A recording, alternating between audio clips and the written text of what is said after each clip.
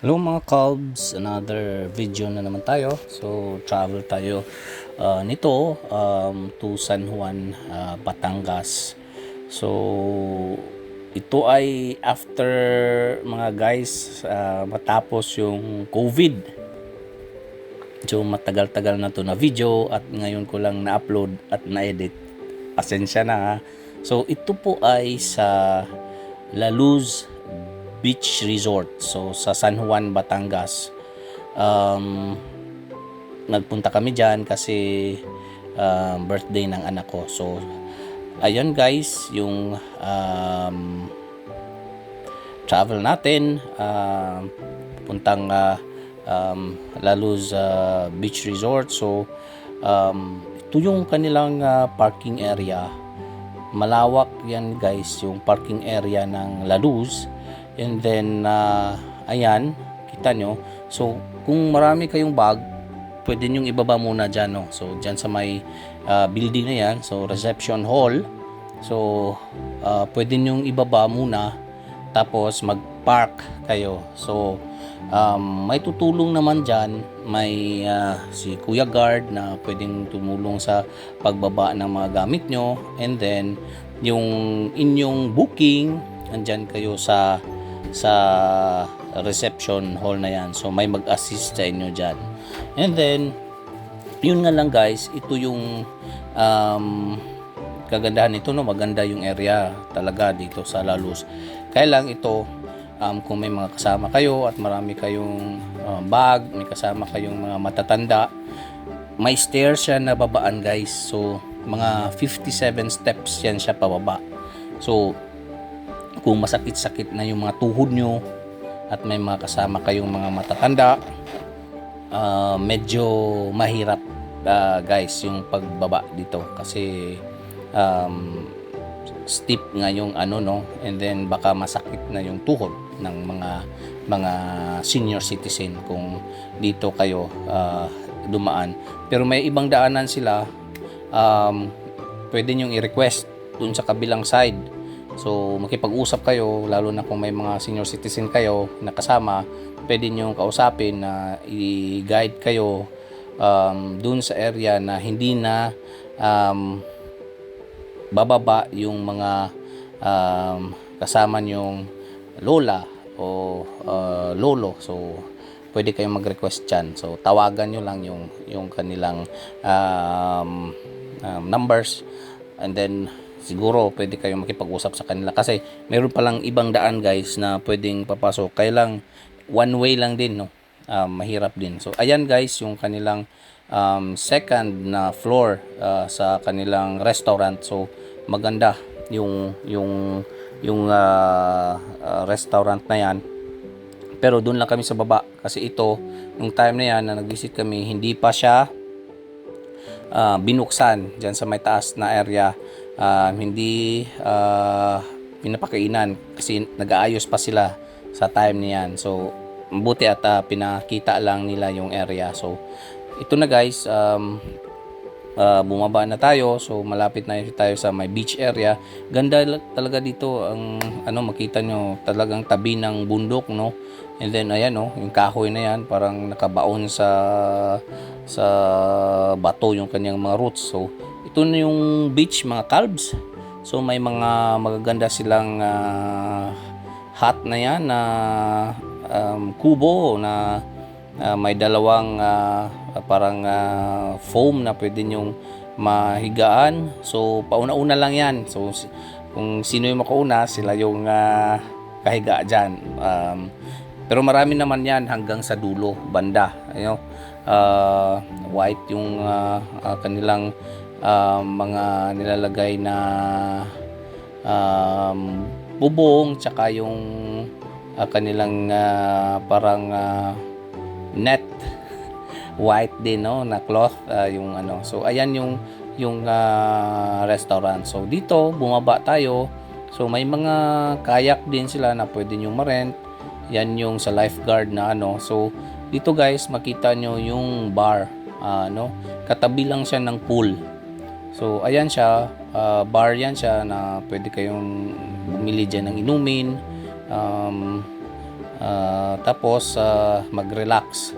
So ito naman, yung may blue na kulay na yan yung pool. So ang ganda, no?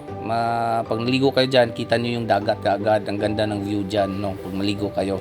Lalo na pag sa gabi kayo liligo dyan, ang ganda ng kulay ng kanilang swimming pool. So ito naman yung room namin, guys. Yung bayad namin dyan ay 14,000 per night. Tatlong beds na queen size. Kasi 6 kami. Tapos yan yung CR nila.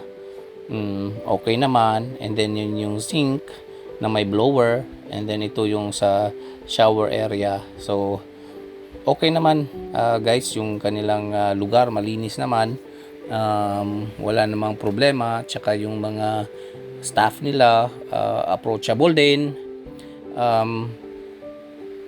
Tapos ito, guys, pag sa umaga, guys, no, dito sa area sa kabilang side, galing na kami sa aming room. So ito yung makikita nyo kasi sa may bandang dulo kami. Yung mga name nila ng kanilang rooms ay parang ibon. Ayan yung pagpunta na namin sa kanilang restaurant. So yan yung madadaanan nyo. So ayan yung pool. So mag-open yata yan siya, guys, mga 8 o 9 AM ba. So kalimutan ko na, guys, no, kaya matagal na kasi. So may pang kids din yan na area na pwedeng paliguan ng mga anak nyo. Hindi naman siya ganun kalalim, pero siyempre bantayan nyo rin yung mga bata nyo pag naliligo. Siyempre, no, kailangan talaga bantayan. So ayan, no, kita nyo yung beach, tapos yung pool. Ayan siya, mga calves. Ganito lang yung ano ko sa inyo, ma-share. Yung sa beach area, yung sand, hindi talaga siya sand. Yung parang pebbles siya, mga calves, na parang mabato siya na. Tapos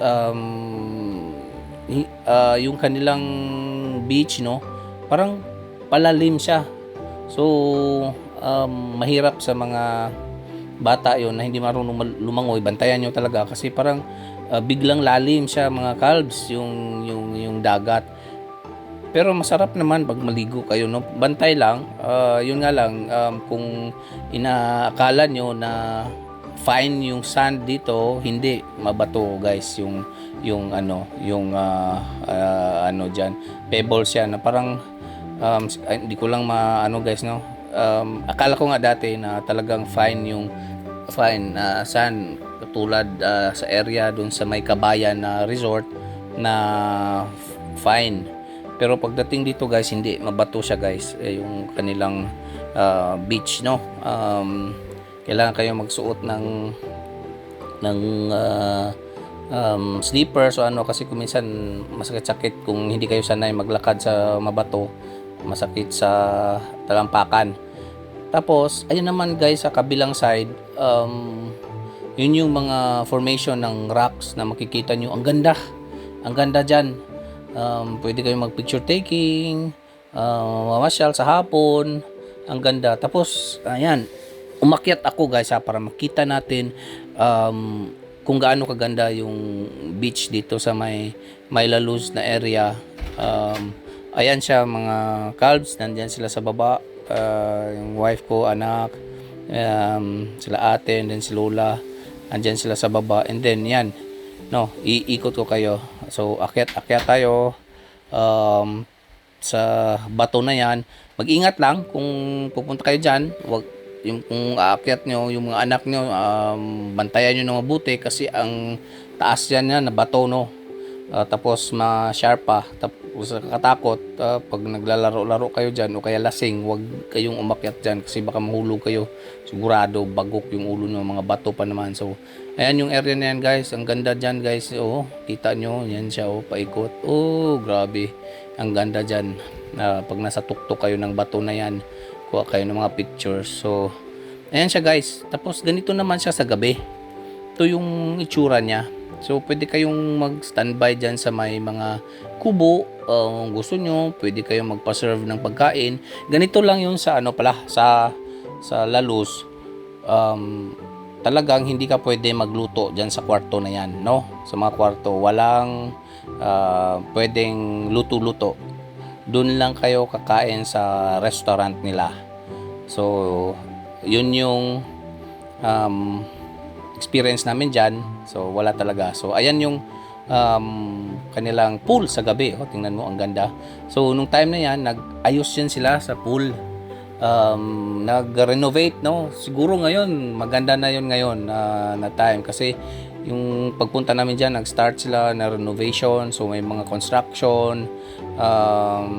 Siguro sa ngayon, mga guys, mas lalo pang pinaganda nila yung resort nila.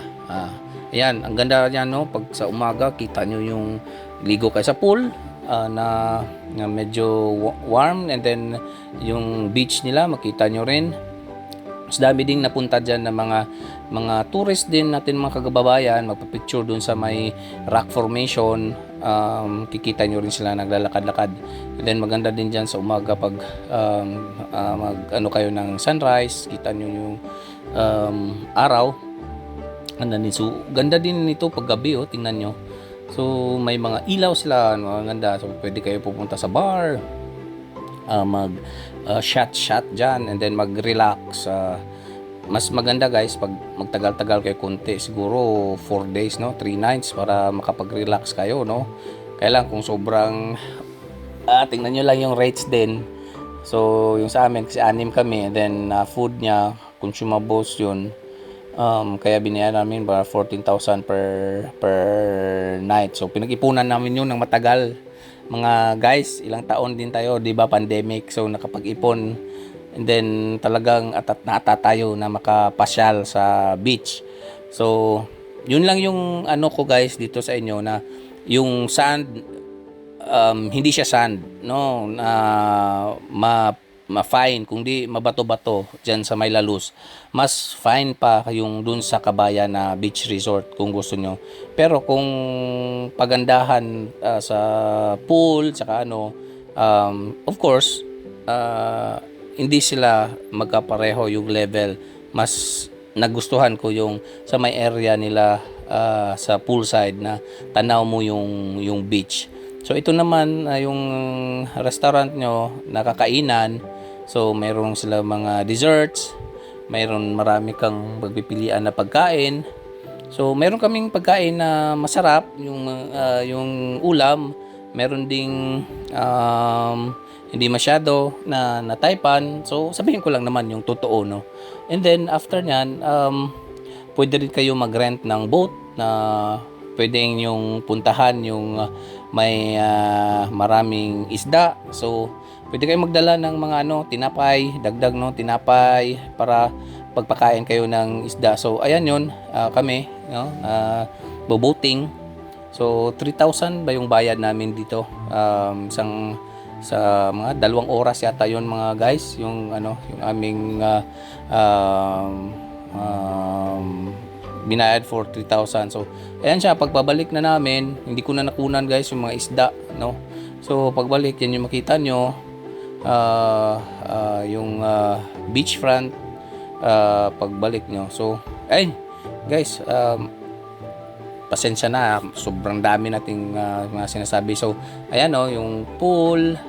So yan mga pictures namin, kikita nyo. So ganito, no, yung Laluz, maganda siya. Kaya lang yun nga, pag matanda, mag-request kayo na dun sa kabilang side kayo dumaan, kasi pag sa may steps kayo, yung kanilang mahirapan yung mga matatanda, mga guys. Kaya mag-request kayo nga dun kayo sa kabilang side dumaan, para hindi mahirapan yung mga kasama niyo matatanda, at kung marami kayong mga bags. Pero may tutulong naman sa inyo kung mag-request kayo. So ayan, mga kalbs, yung ating Laluz Beach Resort. So natuwa kami dyan, at masaya naman kami sa celebration sa aming anak. Si Jan celebrate yung birthday niya. So thank you, mga kalbs, sa panunood, at sana nagustuhan nyo yung ating video na to. Please like, share, subscribe sa channel natin na maliit mga kalbs. At sana nag-enjoy kayo sa ating munting video.